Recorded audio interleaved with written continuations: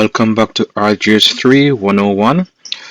Today we're talking about DashLaunch plugins, what they are, what they do, and which one you actually need, because there are quite a few of them. If you ever opened the launch.ini file on your console hard drive, you'll see several lines, but you'll do take notice that there's a plugin 1, plugin 2, and go through up to plugin 5. And you may be wondering, what all this stands for and like how do you use them. So I'm going to explain this as simple as possible to make it really transparent.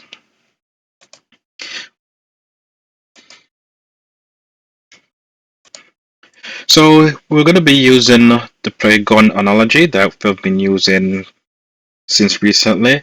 So think of DashLaunch as a rule book. The Xbox is like a toy box. The plugins are like helpers. And what helpers do, they each do one job. And they do that job really good. But if you have too much plugins or too much helpers, it can break things. So basically, DashLaunch plugins are normally that .xex file that you can either put on the root of your hard drive or you can create a folder and put it in. Now, we should take note that not all that .exe file are plugins, but all plugins are that .exe file, or that .xex file, I should say. So, some of the plugins that will run at runtime whenever time you launch your systems. Some of them are like the Stealth server. You have some that do system link. Some are debug tools, or some are HUD overlay, such as the dashboard. DashLaunch will allow up to 5 plugins. It doesn't have any more than that, and I'll explain and into details as to why. So we'll be getting into our first plugin that is quite useful, and this is our Nova plugin, otherwise seen as Nova.xex, and this will be regarded as our first helper. So Nova is a helper that lets your Xbox play with other Xboxes online, even though the game think it's only playing locally. This is how system link over the internet actually work in Aurora. So in playground terms, Nova is the kid saying, hey, come play with us. If you use Aurora and Link, you need Nova to actually play online. And this works with online games such as COD and other games. And there's a few more steps to it, but this is your first step into playing online.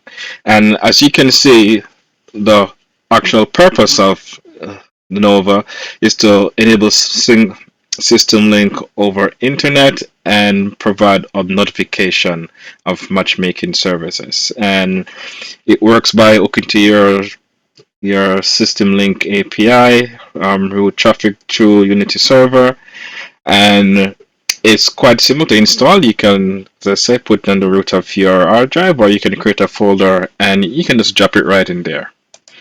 Our next plugin that is no longer used, it has been depreciated, and is the F3P, or people call it freestyle dashboard.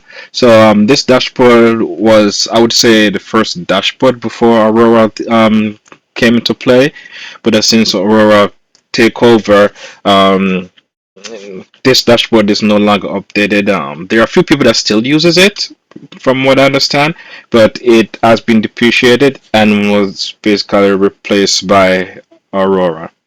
And this plugin would normally be installed same as a regular plugin, where you just add it into DashLaunch, and once you turn your console on, it will launch this. So the other plugin that is used, not widely, because it doesn't add value to your gaming experience, is the xbdm.xex. And what this does, as another helper, we would say that this helper is for grown-ups, so it's not very typical gamer.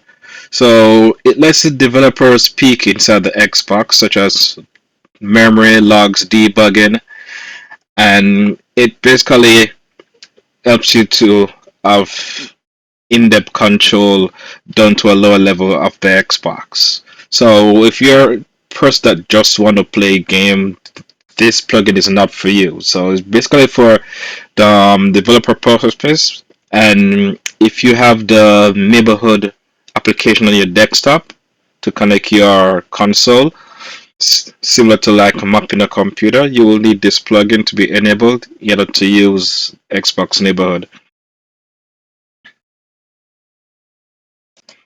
And our other plugin we're looking into, we have already gone over this, so I won't go in depth, but we have our Proto server, and this plugin is enabled just like every other plugin. You put it on the root of your hard drive, or designated folder that's labeled plugin, whichever the way you want to organize your plugin.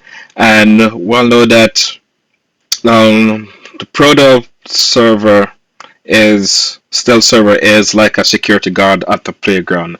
Like, it checks your badge before entering into Xbox Live. If the badge is good, it lets you in. If not, it doesn't. And one rule when it comes to stealth server, you can only have one stealth server enabled at a time. You can't have two stealth server running. And that brings us to our other stealth server, which is xGuard. So xGuard is set up the same way as every other plugin, and we have already gone deep within this in previous videos. Also, xGuard actually installs, and basically it's more feature based more than the Proto Stealth server. In the future, I'll be doing a more deep dive in the xGuard, just as I did the Proto Stealth server, to give you a more lower level on how it works. But it does the same thing as the Proto server, but it gives you a few more features. And you can only use one stealth server at a time, or else things will break and you stand a better chance of getting banned if you use two stealth servers, because you're running two different services that's trying to do the same thing. So we're going to look at what happens when you turn on your console. Like, how exactly does these plugins get enabled by DashLaunch and be applied for your daily use of your console. So we're going to look on the boot flow of the console. So when you turn your console on, the first thing that loads is the DashLaunch. So when the DashLaunch loads, whatever plugin or pathway, it loads these, but it loads them in a particular sequence. It always does plugins first before anything else. So when it launches, it does the kernel patches apply, which in the future video I will cover that aspect and go in deeper detail how that actually work, and that will basically be a topic of how RGH3 actually work when you turn on your console. And in continuing, so after the kernel patches apply, then it loads a plugin with the all 5 plugin or a 1 to 5 plugin, depends on how much plugin you have. And then it launches the dashboard, which is Aurora. And then any features that the plugin basically manage becomes active. So I'll give you a slight demonstration of how this actually happens. So when the console is turned on,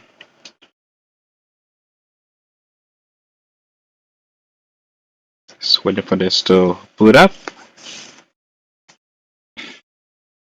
And you'll see the point where plugins are loaded. So there it goes. So it loads the Proto plugin, and then it will go straight to the dashboard right after that. So DashLaunch itself, it runs in the background, almost like a startup application, and whatever plugin or anything that it needs, it will allow those plugins to run, and then it loads everything else one by one.